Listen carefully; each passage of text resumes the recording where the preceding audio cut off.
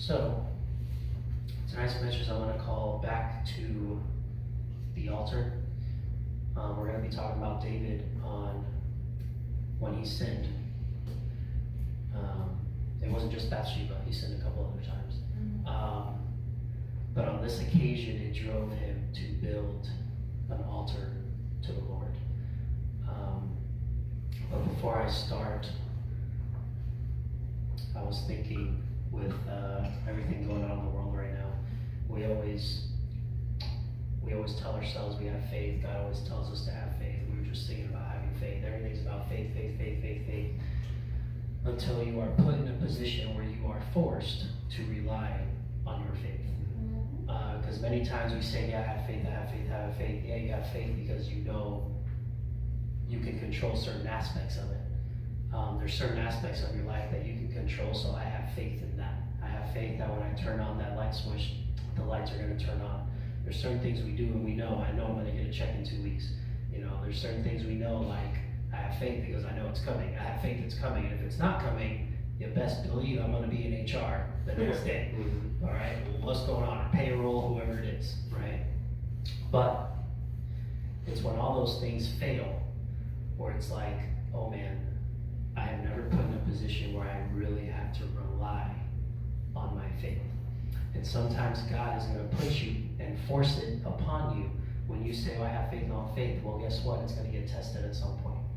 When you say you have faith, God's going to say, okay, I'm going to test your faith. Don't worry, you're going to get it all back.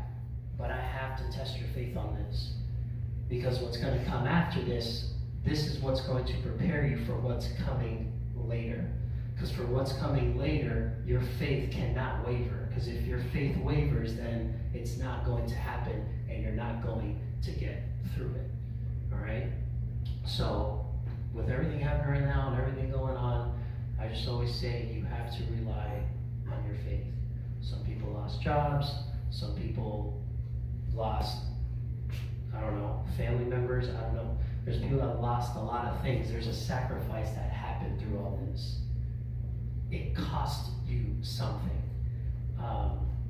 So in all this, it's really hard to keep the faith when your whole world just collapses on you. But it's awesome because even though it's all collapsing and all that, God is like, don't worry, I'm going to rebuild it. I'm going to rebuild what you had, but it's going to be new and it's going to be better and you're going to have a new perspective. That's what these things do. It gives you a new perspective on faith. It gives you a new perspective upon God. And what it does is it really increases your faith. If you take this word serious. If you take the word of God serious, what it does is it increases your faith. So now we're getting to the sermon. I want you to think of everything that's been taken away right now. Alcohol has been taken away. Movies have been taken away, schools have been taken away, jobs have been taken away. Your normal environments have been taken away, large gatherings have been taken away. In other words, every distraction in the book has been taken away. Anything that you would use that would take time away from you, whether in a good way or bad way, if it took some kind of time away from you, it's gone. It's not here anymore. It got taken away, all right? And we were just, when my wife were going through, we're like, man, like, they took it all away. We got to stay in our house and this and that. It's like, oh man, I really got to get to know my kids. For some people, you know, for some people, yeah, I really got to get to know my spouse. You know, I really actually, I'm home now. I have no choice. You know, there's people that are in that position. And what I love about it is when all these distractions are gone and you can't say, hey, let's just go here, let's just go do that. It causes you to reflect. And it causes you to actually think about your thinking, if there's another way to put it. It actually makes you sit there and think like, man, with all the distractions gone, it makes me really reflect on who I am and where I am and what I'm doing right now. And it makes you, and people in this position, whether in Christ or not, they question God at some point. Whether it's in a good way or a bad way, God does cross your mind in situations like this, okay? And I believe this is the purpose when God has to shut everything off so he can get your undivided attention. You see, your time has been being robbed by all these other things Okay? And God is coming and saying, since all these things have been taking away your time, I'm coming to shut it all off so I can have your mind. So your mind can actually start thinking about me. Even if you're talking to me badly, guess what? You're talking to me. And you haven't talked to me in how long? Now I'm listening. I can hear your voice. And that's what all this is for. Because what happens when you get bored? You're like, well, I guess I'll read the Bible. You know, well, I'm bored. I guess I'll actually, I don't know, spend some time worshiping or whatever. Because there's people in the body that don't even set aside that time. So if you don't set aside that time, guess what? God's going to come. I'm going to set it aside for you. I'm going to get rid of all the entertainment. The only thing you can get rid of is Netflix and that other stuff. But don't worry, soon enough he'll turn off the internet. Then we'll really see people panic. I think there'll be a worse panic on turning off the internet than getting rid of our entertainment, you know, what he's done so far right now. So when this comes, I really feel like he really wants to hear from us. He wants to hear from his people. He wants to hear from our praises. He wants to hear our worship. He wants to hear what we have to say now that he's shut off all these distractions. Because guess what? Now all the eyes of the world are on him. Now everyone's realizing we can't control what we thought we can. We can't control certain things that we thought we could. And God has to do something like this to make you realize you have to depend on me on this. You're doing what you can. I love it. But you know what? It's going to bring you to your knees and say, Lord, help us. Lord, help us. Lord, come. Lord, please heal your land, God. And we're going to talk about that. Lord, come and heal your land, Father. Please come down, Father, and heal the sick, God. And there's people that have never prayed that, but the Lord has to do something like this so you can come down and actually pray for healing. Because you've never done it before. All right? So let's go to... I don't want to say this, but I'm going to say it anyway. By the way, it came from a country that's persecuting Christians. Just saying. Let's go to 2 Samuel 24.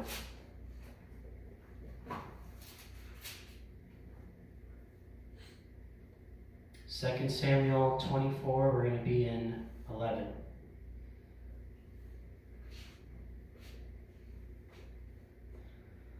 So before we get into this, this situation that David goes through, it led him to build an altar. And we've heard that word altar many times, right? We've heard it many times, altar, altar, altar, but do we really know, like, what is an altar? What does it mean? What was the purpose of these people building one? There's like 435 references to the altar in the Bible alone. And that means it was important. If so many altars got built, that means it was something important that God wanted from certain people. All right? So an altar is a raised platform with a flat surface to offer sacrifice, or it was done to commemorate an encounter with God, to consecrate yourself. And sometimes it was to show other generations that God was there. All right? So anytime there's this supernatural encounter with God, an altar was built. That's just what they did. Oh, I have a supernatural experience with God here. I have to build an altar. And at some point in your life, you did the same thing. When that moment came where you said, God, I give you my life. I give you my everything, God. I want you to have control. Right then and there was an altar built in your heart that was constructed. And as you go along through life, you continue to put things on that altar for God to take control of.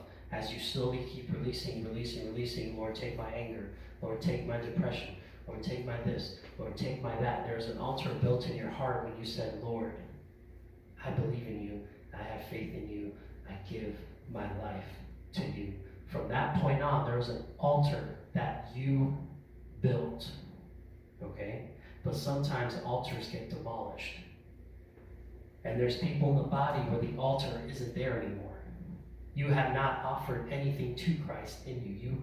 You have stopped giving him anything. You've stopped even giving him an opportunity to do something because you have stopped presenting anything at the altar, bringing anything down to his feet. you stopped. And it's not everybody, but there's some where it's like, what happened? And here, we're going to see how what David went through it led him to build one. Even if he didn't want to, God told him, you need to go build one. All right? So let's read what David, starting at 11. When David got up in the morning, a revelation from the Lord had come to the prophet Gad, David's seer. So before all this, David committed a sin. He committed a sin by doing a census, a military census. He wanted to count everybody in Israel that was ready to battle. The problem with what he did was it didn't come from the right place from his heart. It came out of a place of, will I have enough? It came out of a place where I don't trust God, so I'm going to take matters in my own hand and count how many men I have. Okay? He did not trust that God always provided enough men to go to battle. And in this situation, he was caught slipping, and he fell into his temptation, and he gave into it and says, okay, I'm going to do a census of everybody, and I'm going to go count. And it later says, because God was already raging against Israel. They were doing things he didn't like and all that, and it actually says before this that God's rage is what led David to do this, but it really wasn't. Later we read, it was the enemy that was putting that in David. He's like, do you really trust God? Go count to make sure you have enough. And we talked about that. How when we don't trust that God is enough, that he's going to provide enough, he's going to provide enough, what do? We take matters into our own hands. Since I don't trust that, well, I'm going to make sure I have enough. And usually when we do that, it doesn't end well, right? Because God is pretty much saying, because he loves you, he has to come down and say, you didn't trust me. For this relationship to work, you have to trust me. Isn't that how relationships work? You got to trust each other somehow, some way. It needs to be there for it to work. So David got caught slipping here, okay? So I'll read it again. When David got up in the morning, a revelation from the Lord had come to the prophet Gad, David seer. David had his own personal prophet. All right? This guy's name was Gad. And what the prophet was used for, it would usually tell what's coming or kind of tell the future of what's coming to you. All right? That's how God would use the prophets. All right? And in other different ways. But here, he would also use the prophet to speak to others directly. I am the voice of God, I am the prophet, and this is coming from God, and I need to tell you this. All right? So, with that said, I found it interesting because David and God had a very tight relationship. It was very good. But he didn't come directly to David to say this. He used the prophet instead. And I'm like, well, God, why are you using the prophet instead of just speaking directly to David? Since you guys have such a good relationship, why didn't you directly speak to him instead of using the prophet to speak to him? And I talked to my wife about it, and we came to the conclusion, I felt like when someone comes on behalf of God to give you a word, it's a lot more confronting. It's different. Because it's one thing to hear it inside of you, but then to hear someone say it to you, it's more confronting to you. It has a different effect when you actually hear it out loud. When the prophet comes and tells you something, even though you might know it, you've heard it before, God has spoken to you, but when the prophet now vocalizes it to you, you're like, whoa. And I've never even spoken to this person. But somehow they know. That means God is trying to confirm something he has put in me. So I'm going to go send the prophet because sometimes we don't trust what God is telling us. So God has to tell the prophet, hey, go tell that person this, to let them know that I'm listening and I put that there. All right? But the thing about prophets is, in this Old Testament, it was kind of scary when the prophet would come, because it usually wasn't good news. It wasn't like now. Now the prophets will tell you, and that, I don't know, it's like by design, I feel like God made it this way. In the Old Testament, usually prophets came to tell and give punishment on behalf of the Lord. Very confrontational. But now when God uses the prophets, it's to tell you it's more good news than bad news. You know what I'm saying? It's very rare when you hear a prophet come with bad news. You know, you hear them come, they're like, oh, God said, blah, blah. It happens. But you hear more now that the prophets are more like, hey, this is what's going to happen. God put it inside you. I'm confirming it. This is going to happen. This and that. But there wasn't too much of it here in the Old Testament. It was a lot more, hey, this is the punishment that's coming. Well, same with Elijah the prophet when he came up to the king and said, hey, there's a flood coming. You know what a burden that is when God is saying, hey, you got to go reveal the bad news? What a burden that is. Hey, you got to go tell the bad news. Go do it. It's just like, God, they're going to hate me though. I know, but someone's got to do it. Someone's got to say it. It's not always good news. Sometimes you got to give the bad news. So when this happens, he tells him, go and say to David, this is what the Lord says, I am offering you 3 choices. Choose one of them, and I will do it to you.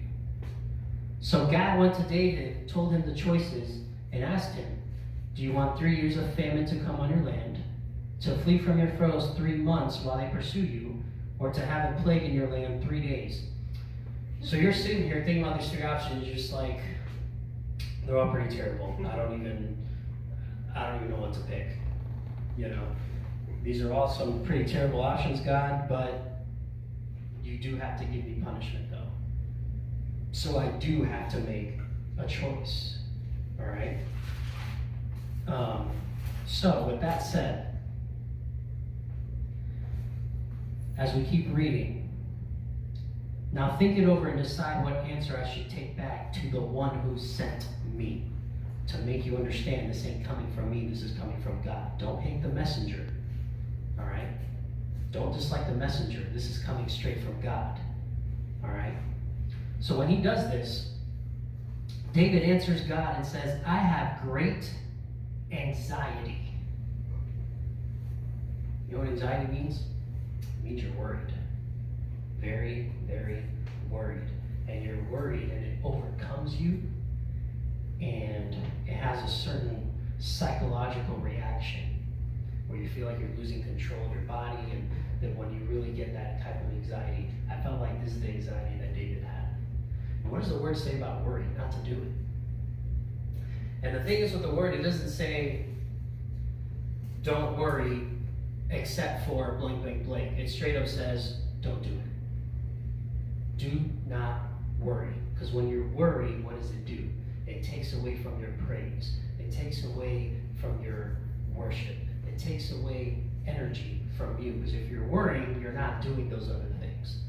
All right? You're busy thinking about the thing you can't even control anyway. But you're worried. It's like you can't control it. So David had a lot of anxiety of these 3 options. He's just like, this is going to be catastrophic. Something bad. And it's just, I can't escape it because I know what's coming. It's one of those things where you know something bad is coming. There's no escaping it, so you're just like, I'll take it. I'll take it. And he says, please, let us fall into the Lord's hands because his mercies are great, but don't let me fall into human hands. So even though he has all this anxiety and punishment is coming, he still wants to be in the Lord's hands. So out of all those 3 options, he said, Lord, I'm going to let you pick, but I want you to pick the one that's going to put me in your hands, not in human hands. All right? Can you meet someone today who would actually say that? Lord, I know your punishment is coming. I'm going to let you pick and put the one that puts me in your hands. He didn't say, oh, give me the one with the least consequences. I just want to be in your hands even in the middle of the consequence. That's it. Just because you get a consequence doesn't mean you're not in the Lord's hands. Just because something happens as a result of what you did does not mean you are not in the Lord's hands. Okay? So after he says this, Lord, so the Lord, as we keep reading, so the Lord sent a plague on Israel from that morning until the appointed time, and from Dan to Beersheba, 70,000 men died. So the Lord picked a plague. And within the plague is where the Lord said, I'm going to show my mercy here. I was hoping David was going to say this because out of all those three options, out of the only option, this is the one where I was going to show my mercy, not in the other two. This is the one that was going to put him in my hands. Even though there's all this death and all this chaos, all these things going on like crazy, David, you're in my hand. And within all this, you're going to see my mercy. Because sometimes we think, oh, this is terrible, God has no mercy. Nah, it could be worse. Right now, what God is doing, in the midst of all of it, I can still see his mercy. And even with here, with what's going on, he said, David, with what I'm going to bring to you, you might think this is the worst thing ever, but soon you're going to see that my mercy is going to appear within this circumstance. So as we keep reading, then the angel extended his hand toward Jerusalem to destroy it. But the Lord relented concerning the destruction and said to the angel who was destroying the people, enough, withdraw your hand now. There's where we see the mercy. Right when the angel was about to destroy, he said, angel, go destroy everything. And the angel's like, all right, causing a ruckus, I got this. Right when he was about to touch Jerusalem, God said, no. Withdraw your hand. Okay? When this comes to you, all right, even if you did nothing wrong, we know David sinned here, but sometimes, even when we don't sin, these things happen. It happened to Job. Okay? And we think we're like exempt from this because I don't sin, nothing bad should happen to me. Lord, I'm a follower of you. I'm a very faithful servant, so I feel like I should be exempt from these terrible things. But you're not. And so he said, enough, withdraw your hand now. There is an ending. There is an ending date when the Lord is going to tell the angel and say, withdraw your hand. That's enough. They've taken their limit. God knows your limits. Withdraw your hand. All right? So the angel of the Lord was then at the threshing floor of Araunah the Jebusite. You know where the threshing floor is? This is where the angel stopped. Okay? Out of all the places, he said, I'm going to stop right here. The threshing floor. You know what the threshing floor is? Does anybody know? Pastor, you know what the threshing floor is?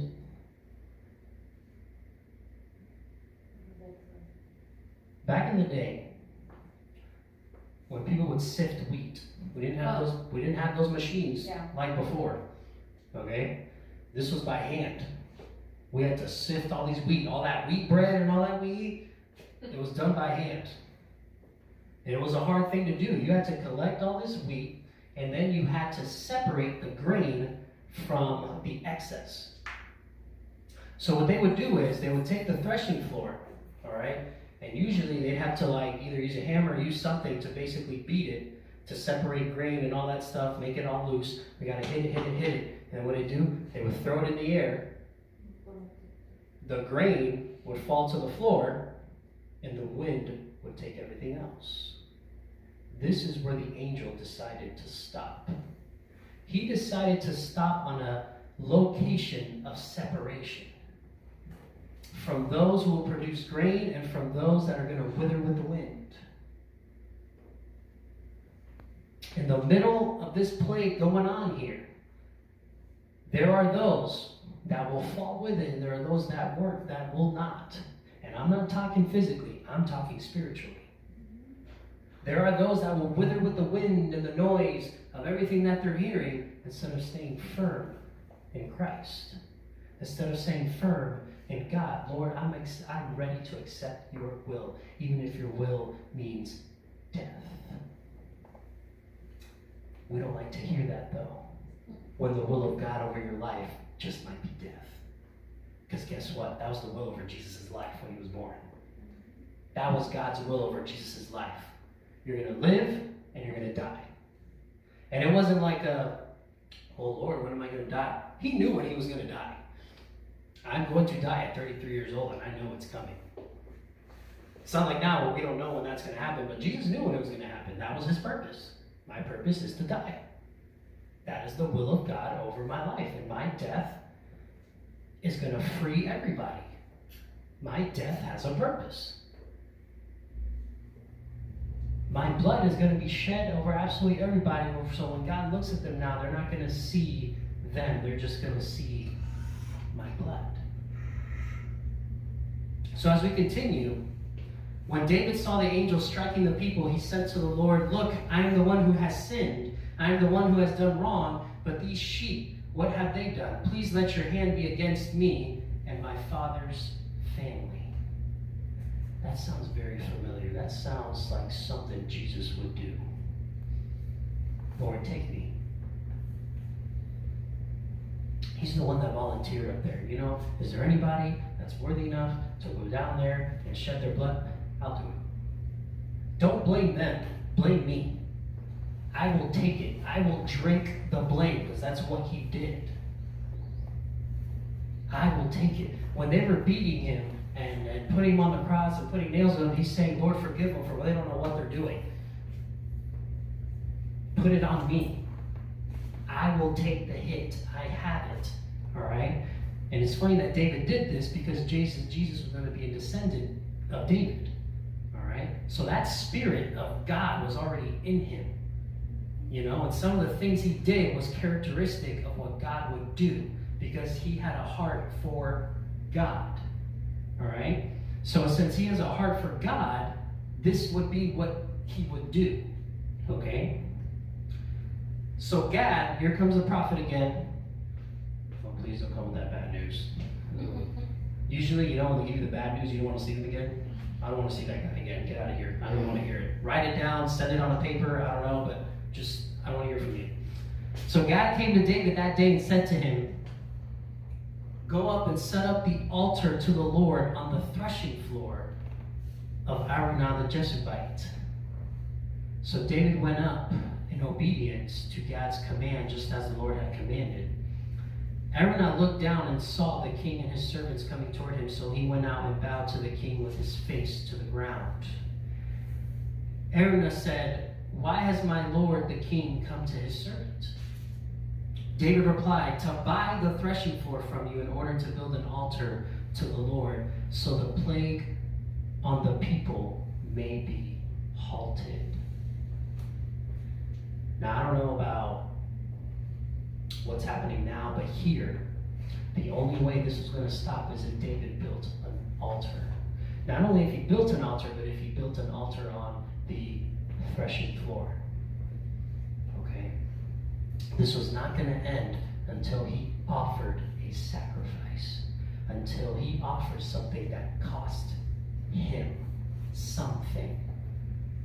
People believe whatever you offer to God, he takes it. I'm here to tell you he does not. I know they tell you, no. It has to cost you something when you put something at the altar. It's not just, "Oh, here you go, that was easy." Nah, it's not supposed to be easy. It's not. It costs you something to be a follower of Christ. It costs you something when you build that altar and put your life on it. I haven't spoken to anyone that said, "Oh, you know what, it didn't cost me anything. I kept everything I had. I kept every friend. I kept every dollar. I kept everything. It didn't cost me anything to follow Christ." It cost. So for this thing to end, the Lord said, you need to build an altar to end all this. And there's people that God is calling, you need to either build or rebuild the altar. Because the one in your heart is dead. And I've come and I've sent this so you can build one up again and offer me your life. I want the whole thing. Not just, I want it. And if I have to shut off the world to get your attention, then I will. That's the God I serve. It's pretty awesome that I have a God that's willing to go through that length just to get to me, just to speak to me, to get to me, to hear from me.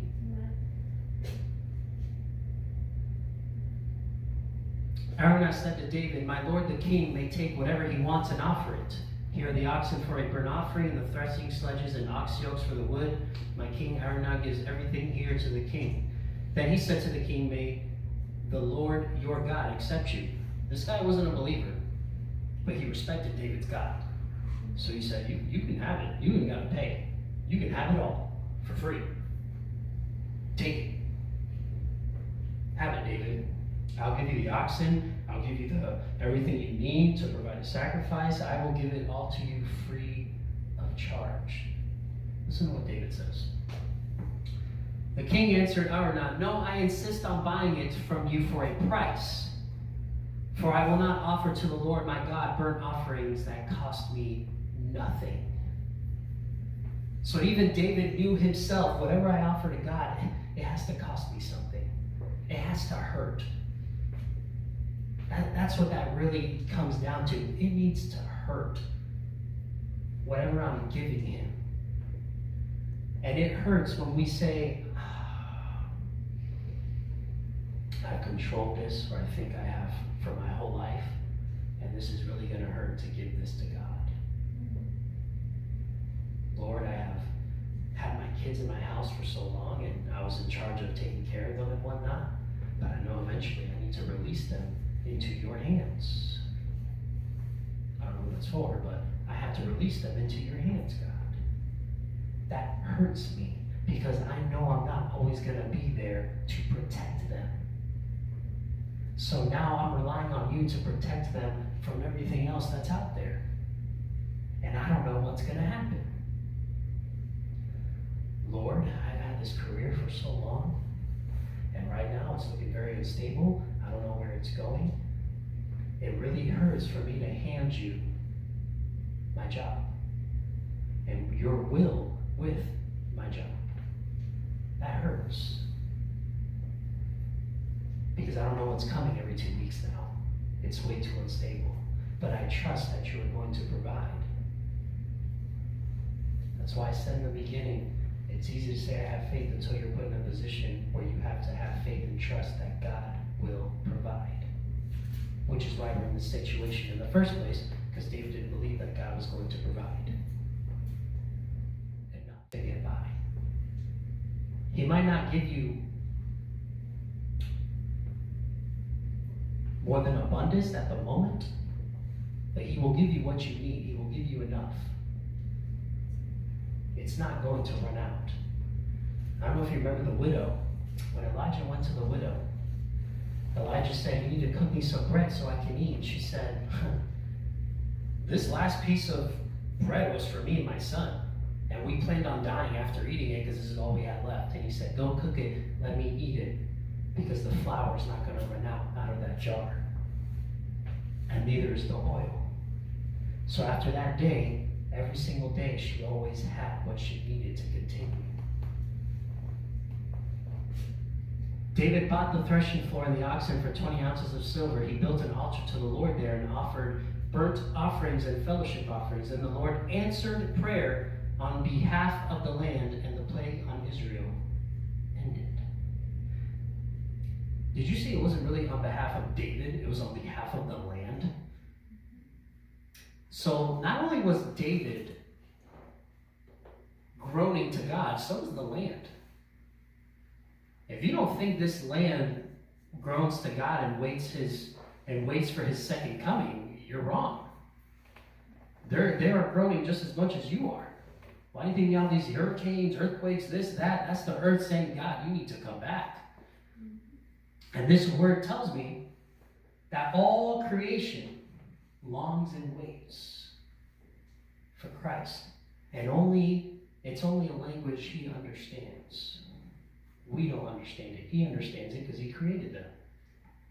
We don't know what animals are telling God, "Hey, you need to come back. This ain't right." I don't know. But it says on behalf of the land, and the plague on Israel ended. The plague on Israel ended with a sacrifice that had to cost something. I'm not saying this is going to happen in real life, but here, what I'm saying is, David had to build it. built it and put something on it. It's not just building it. What are you going to put on it? Because we start out a lot of times, we built it, all right, put something on it. Give him the opportunity to consume it with his fire. We all want the fire of God, but we don't want to build the altar. We all want the fire of God, but we don't want to put our life on it. God, I want to see your fire. Lord, I want to see your glory. Lord, I want to see your praise. Put yourself on the altar. Put yourself on the altar if that's what you want to see. See, nowadays, we don't build physical ones anymore. It's in your heart now. You need to look and see, what is the altar that I built in my heart that day I gave my life to Christ? Lord, I want to see your fire. I want your fire to burn in me. And God is saying, put yourself on the altar of your heart. Trust me, put all your weight on it. And you're going to see it. And you're going to feel it in you. Now, we're going to go to part 2. We're going to go to 2 Chronicles, number 7. There's an interesting thing here about the location where David built this altar. 2 Chronicles 7, we're going to be in 12. When everyone's there, please say amen. Amen. So 2 Chronicles 7:12 reads, then, by the way, Solomon, let me give you a little. So Solomon became king after David, all right? So when this happened, God gave him wisdom. And pretty much any desire of Solomon's heart, it would usually come to pass. It would come to pass because God gave him that. He said, because you didn't ask me for riches or anything, you asked for wisdom. Man, whatever you put your hands on, it's going to be gold. It is going to thrive, all right? So Solomon builds a temple in the same place that David built this altar much later. So now he's building a temple in the same place of the threshing floor. Okay? So the Lord appealed to Solomon that night and said to him, after he had dedicated the temple to him, he said, I have heard your prayer and have chosen this place for myself as a temple of sacrifice. I'm going to say it again. I have heard your prayer and have chosen this place for myself as a temple of sacrifice. He's not just talking about a physical temple here. He's talking about you. You are that temple. And he has chosen the place in your heart as a temple for his sacrifice, as a temple of sacrifice. So that altar that you built in your heart, that's what God is using as a temple of sacrifice. Because what does God say about our body? My body is a temple. Mm-hmm. You are the temple. You are the church. That is who you are. My body is a temple of Christ, and I will not defile it. Okay? So I've heard your prayer, and I've chosen this place for myself as a temple of sacrifice. You have to realize when you pray, certain things, God is looking at you. He's like, I'm going to choose you. I am going to choose you as a temple of my sacrifice, because Jesus was the ultimate sacrifice. So now your temple is covered by that sacrifice. Okay? If I close the sky so there is no rain, or if I command the grasshopper to consume the land, or if I send pestilence on my people, and my people who are called by my name, and as I know it, every single person here on earth is called by God's name. We are his people. Whether you like it or not, whether you accept it or not, the blood of Christ runs through you. Those who don't believe, those who do believe, hey, sorry, you can't pick your family. It is what it is. My blood is in you. Yeah, I know you probably wish I never... It doesn't matter. You can't change it. I can't change I'm related to my 2 sisters. I can't change I'm related to my parents. I can't change that I'm related to my kids. I can't change that. I can't. So he says, and my people who are called by my name humble themselves, pray and seek my face and turn from their evil ways. Then I will hear from heaven, forgive their sin, and heal their land. So it says if I close the sky so there's no rain, or if I command the grasshopper to consume the land, or if I send pestilence on my people, these ifs, God is saying, hey, it's going to happen, okay? But if it does happen, this is what you need to do, okay? We've already been given instruction to humble yourself. We think we're so high until it all comes crashing down. And now I found myself in a place where I'm forced to humble myself. What does it usually mean when you humble yourself? You realize, you know what? You're better. God, you're better. I thought I had it under control. I thought it was all me. I thought all that stuff, God, but I've humbled myself and realized that I cannot do it without you. So if he sends a grasshopper, closes the rain, and sends pestilence, sometimes it's for us to actually come back down and humble ourselves before God, to the people that are called by his name. And it says to pray. I want to hear from you. You need to pray. And seek my face. Seeing the face of God is quite a privilege. I haven't met anybody yet that has.